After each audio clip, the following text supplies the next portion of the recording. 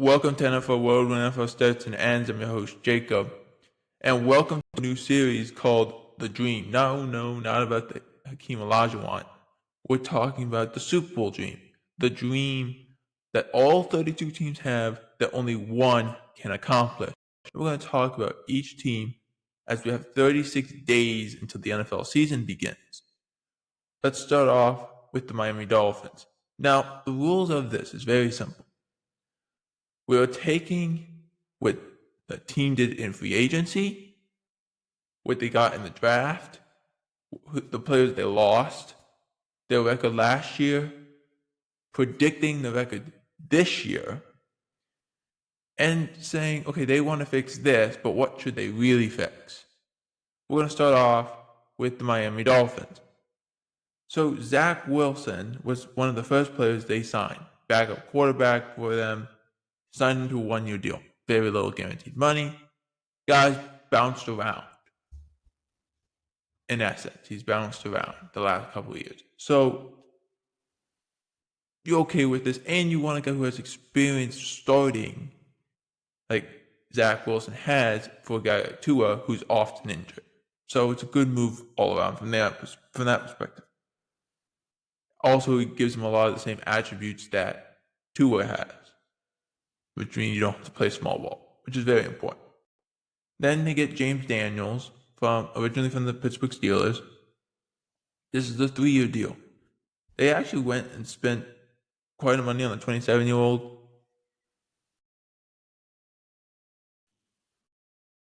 I don't think he earned it, but he does have some flexibility at tackle, guard, most of the better at guard. So you're okay with that. He also has an injury history, so we have to be aware of that too. Then they bring Larry Borum. They didn't say how long this deal would be. I would assume it's a 1-year deal, but I'm not 100% certain. He mostly is a backup. He's not a quality starter. So you're just trying to fill some of the back end of the roster. Then they sign in free agency, if any, Malafanu from the Lions. 1-year deal. You notice a lot of these deals are 1-year deals. Prove it, guys. Let's prove it. See what we got. And Malafanu, good player when he was with the Lions. Can he translate that to Miami? We'll have to wait and see on that. This is the move I'm really excited that he made. The Dolphins signed Nick Westbrook-Ikhine, which he's got some speed, scores a lot of touchdowns, 2-year deal. That's what you do. Pairing him with Waddle and Hill and Tua as that quarterback at the helm, that's a good move. Then they bring in Ashton Davis, formerly of the Jets, 1-year deal. Again, prove it. That's all you got to do. Prove it. Prove it that you belong. Tyrell Dotson, he's returning. They re-signed him, 1-year deal. His market was a little flimsy because he can be a starter. He's pretty stable in that aspect, but he's a really good backup. So that's kind of the way they're playing it. KJ Britt, I love this move. KJ Britt played awesome football when he was with Tampa Bay and paired with Levante David. Putting him in Miami, not too far from Tampa, it's good. A good thing. A little undersized, but he's a really talented football player. Alexander Madison has bounced around. Was with the Raiders last year. Minnesota before that. It just didn't work as him, the lone running back. I think this role fits him much better with Devon Achane being there. I think that does help. Pharaoh Brown at tight end has bounced around to New England, Seattle last year. 1-year deal. See what you got there. Ryan Stonehouse, the punter. He's an absolute weapon. He's in competition with Jake Bailey. That typically means younger guy who can kick the ball a country mile and an older guy who can do the same, they're going to take the younger guy, more likely. Artie Burns, we did a video about Artie Burns getting injured and how that was definitely a shame. We'll get into that. Willie Gay Jr., they signed him, the former Saint, former Chief. It's a good move on that. But now,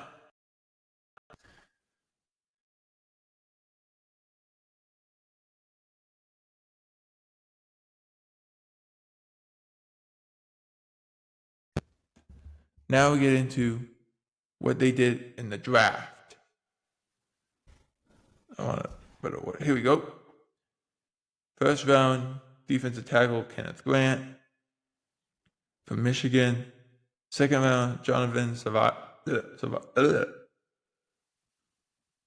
I'm going to butcher this name, I apologize. Savania, the guard out of Arizona. Jordan Phillips in the 5th round from Maryland. The 4th round pick, they had 3 fifths. Jason Marshall, the cornerback from Florida.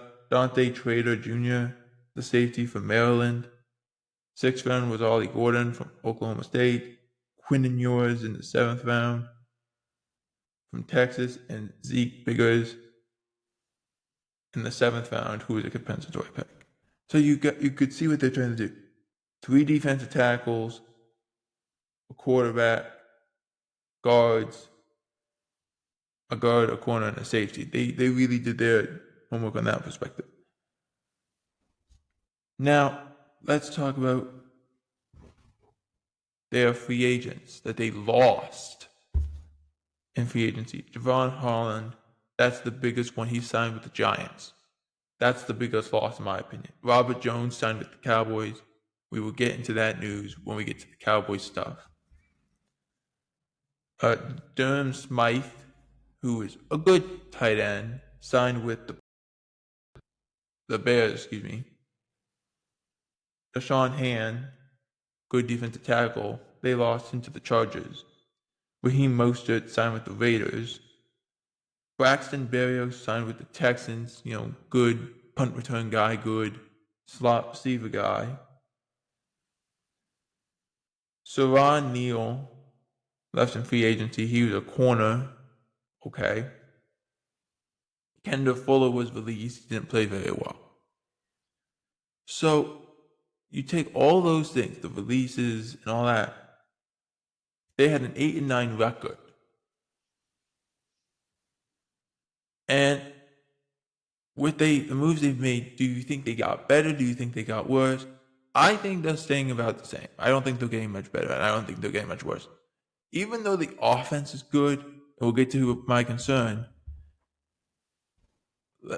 I can say through the first, because they go in the 2025 schedule, they're at Indianapolis, home for New England, at Buffalo in week 3, home for the Jets, at Carolina, home for the Chargers, at Cleveland, at Atlanta, home for Baltimore, home for Buffalo, now in November, home for Washington, bye week in week 12, home for New Orleans, at New York on December 7th, at Pittsburgh on December 15th, home for Cincinnati, home for Tampa Bay, and then finish off the year at New England. So the way I look at this, and we'll get into it a little bit more later, those 3 road games in December, January, I don't think they win any of them. We'll get into it. But 3-3 in your last 6 is not bad if you can get a good chunk. The problem is this chunk is very difficult. Indianapolis is going to be tough, especially it's week 1. Buffalo is tough. New England's going to be tougher. We'll see what the Jets are. Carolina should be better.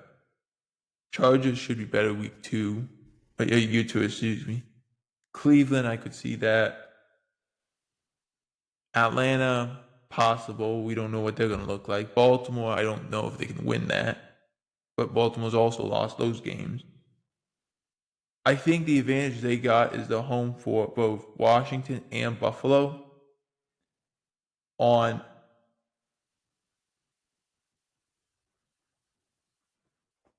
late in November, but at home. That's important. That helps them. So I kind of can't wait to see what their record looks like. And I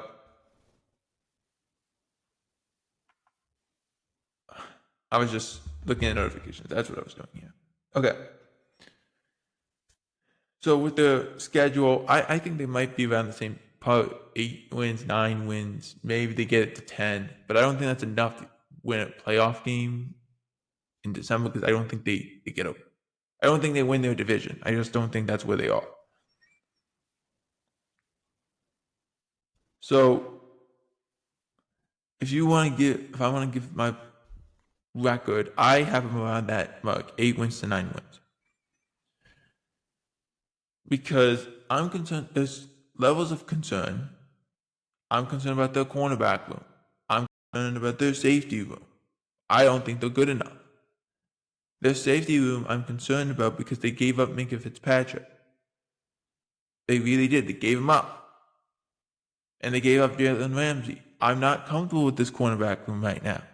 Yes, they did bring in some good players. Mike Hilton, who they labeled a safety when he got signed. I didn't understand that. Jack Jones has shown that he's a good player when he's on the field. Has flashed quite a bit, but he has problems staying on the field and not getting in trouble in the locker room or in the outside world. There's concerns about that. And also there's a reason they're available in July and why they weren't signed in March. There's a reason for that. So I do think that's interesting. I thought they did a good enough job at defensive tackle. Maybe they even trade one of them before the season starts. But I'm a little concerned about that. So I got them around 8 wins, 9 wins. Here's the thing. If they make the playoffs, and this is my concern, this has always been my concern, because the thing Mike McDaniel has said, he wants the team to get tougher. Easier said than done, to get tougher. I think their biggest concern should be find a way to win in December on the road. Because they can't. Anytime it's cold or anything, they're done. Buffalo and Washington are before their bye week in November. November 9th and November 16th, respectively. The Washington game is at least a crush. It's a national game. So it's not going to be so bad. But the game against Buffalo on November 9th, they're home for it. You feel comfortable with that. Buffalo's a good team, but you're home. To have Buffalo in the beginning of the year, okay. It's not bad.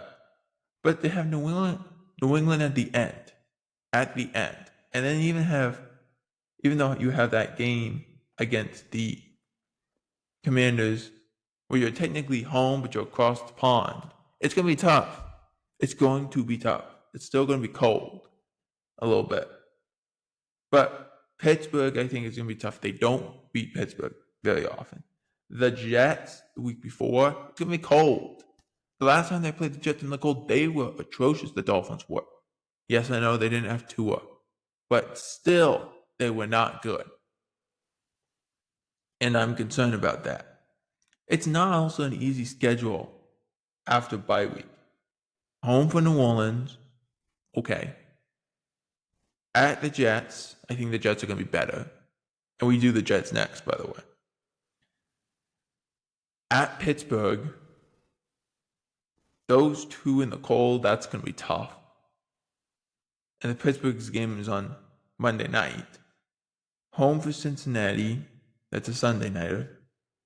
Home for Tampa, okay. That's a tough game too. Both those last two games are tough. And at New England. The thing is, Cincinnati and Tampa Bay, those are two tough teams. I want to see what they look like at that point. And you know Cincinnati's going to be good. Cincinnati starts off slow and then gets white hot. They're really good at it. They get really hot really fast at the end of the year. So just be aware of that. I want to see what this defense looks like. Tougher they need to be, I agree with that. But I think they have to be better in December. You can't be this bad in December when you're not at home. You have to be better. You have to be better. They were not better. They stink since McDaniel got in here. They are bad in December. They are bad on the road in December. They got to be better. That's really why I think they missed the playoffs. I think they have to win one of their last 4, and they can't. They can't. Because Pittsburgh, they won't beat Pittsburgh in the cold. Cincinnati and Tampa, yes, they are home for those games. Those are tough games. I think they have a chance to beat Cincinnati because of Cincinnati's defense. But then you have New England, and New England's going to be tough. And that might be the game they desperately win. Or they desperately need to win, I should say.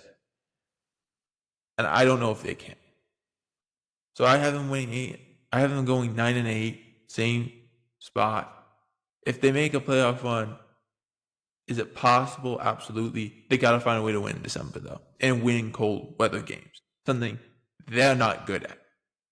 Let me know in the comments. Do you think the Miami Dolphins will have more than 9 wins this season? And while you're down there, like the video, subscribe, share the video. It's all free. We're still doing the challenge as we're on the road to 500 subs on YouTube. Like the video, subscribe, comment on the video you subscribe, whether it's a YouTube short, this video, any video you want. And then comment on the video that you subscribe. That's all you got to do.